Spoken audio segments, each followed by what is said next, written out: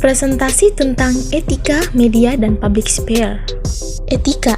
Kata etika berasal dari dua kata Yunani yang hampir sama bunyinya namun berbeda artinya. Pertama berasal dari kata ethos yang berarti kebiasaan atau adat. Sedangkan yang kedua dari kata ethos yang artinya perasaan batin atau kecenderungan batin yang mendorong manusia dalam perilakunya.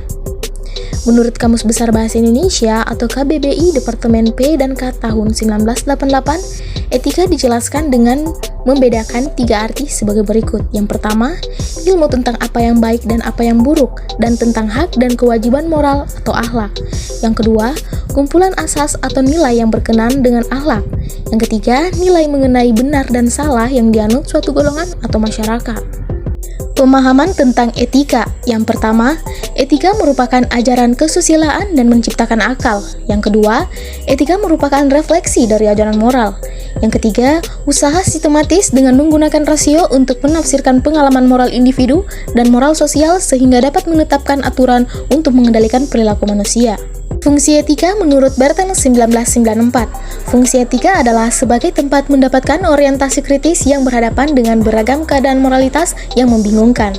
Selain itu, etika juga berfungsi menunjukkan adanya keterampilan intelektual.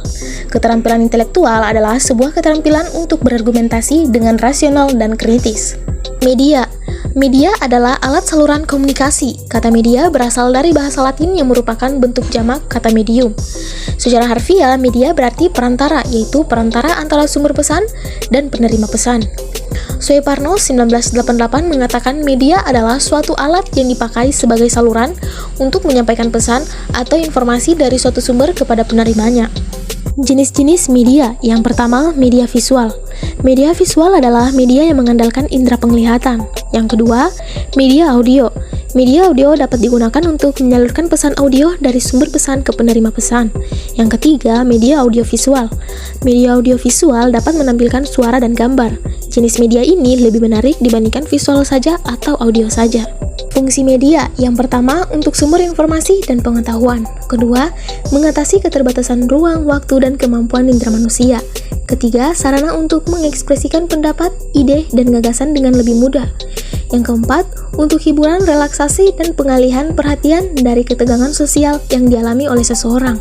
Kelima, sarana pendidikan yang memudahkan segala metode pembelajaran. Keenam, pengawasan dan kontrol sosial tertentu.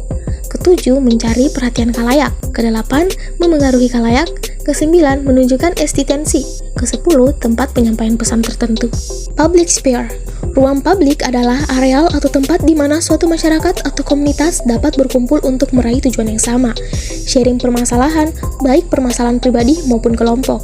Areal ini dapat berupa ruang dalam dunia nyata maupun dunia maya.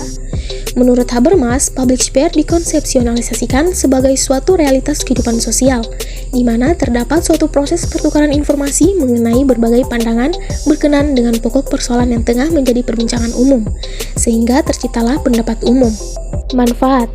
Pemanfaatan ruang publik adalah penggunaan ruang publik sebagai ruang yang melayani kebutuhan fisik, mental, memberikan pengetahuan kepada pengunjungnya, serta juga sebagai simpul dan sarana komunikasi pengikat sosial untuk menciptakan interaksi antara kelompok masyarakat.